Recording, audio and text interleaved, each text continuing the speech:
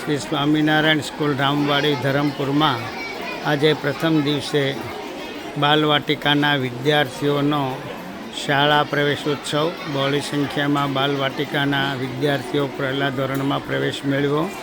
બધા જ બાળકોને કુમકુમનો ચાંદલો કરી સાકરથી મીઠું મોઢું કરાવી સરસ મજાનું વેલકમનો રમકડું આપી ટીચરોએ એમને નવાજવામાં આવેલા।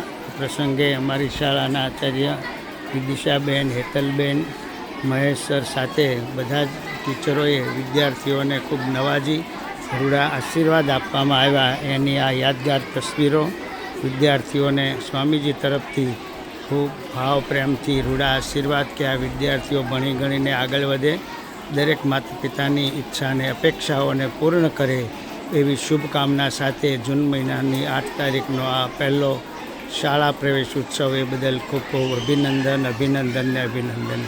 દરેક વાલીઓ બાળકોને જય સ્વામિનારાયણ।